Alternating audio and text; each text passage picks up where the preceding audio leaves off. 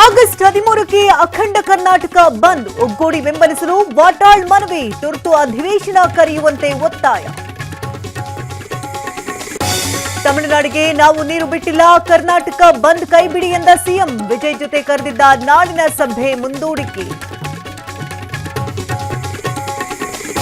ಮೊದಲು ನೀರು ನಿಲ್ಲಿಸುವುದಾಗಿ ಘೋಷಿಸಿ ಆಮೇಲೆ ಸರ್ವಪಕ್ಷ ಸಭೆಗೆ ಬರ್ತೀವಿ. ಆಲ್ ಪಾರ್ಟಿ ಮೀಟಿಂಗ್ ಬಗ್ಗೆ ಬಿಜೆಪಿ ಕಿಡಿ. ಮೋದಿ ವಿರುದ್ಧ ಅವಹೇಳನ, ದಾರಿ ತಪ್ಪಿದ ಮಕ್ಕಳು ಕ್ಷಮಿಸಿ ಬಿಡಿ ಎಂದ ಪ್ರಧಾನಿ. ಇನ್ಮುಂದೆ ತಪ್ಪು ಮಾಡಲ್ಲ ಅಂತ ಯುವತಿ ಪೋಸ್ಟ್.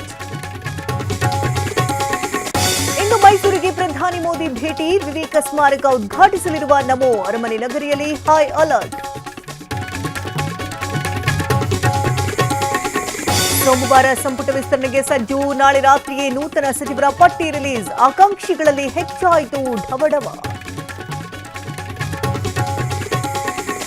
ವಿನಯ್ ಕುಲಕರ್ಣಿಗೆ ಬೆಗ್ ರಿಲೀಫ್, ಶಿಕ್ಷೆ ಅಮಾನತಿನಲ್ಲಿಟ್ಟು ಹೈಕೋರ್ಟ್ ಜಾಮೀನು. ತಡರಾತ್ರಿ ಜೈಲಿನಿಂದ ಮಾಜಿ ಸಚಿವ ರಿಲೀಸ್. ಮಲೆನಾಡು ಕರಾವಳಿ ಭಾಗದಲ್ಲಿ ಮಳೆ ಅಬ್ಬರ, ಕೊಡಗಿನ 2 ತಾಲೂಕುಗಳಲ್ಲಿ ಶಾಲೆಗಳಿಗೆ ರಜೆ. ಚಿಕ್ಕಮಗಳೂರಿನ ಕೊಪ್ಪದಲ್ಲೂ ರಜೆ. ವಾಣಿಜ್ಯ ಸಿಲಿಂಡರ್ ಬೆಲೆ ಮತ್ತೆ ಇಳಿಕೆ, 202 ರೂಪಾಯಿ ಕಡಿಮೆಯಾದ ಅಡುಗೆ ಅನಿಲ. ಯುದ್ಧ ಕಡಿಮೆಯಾದ ಬಳಿಕ 2ನೇ ಬಾರಿ ದರ ಕಡಿತ.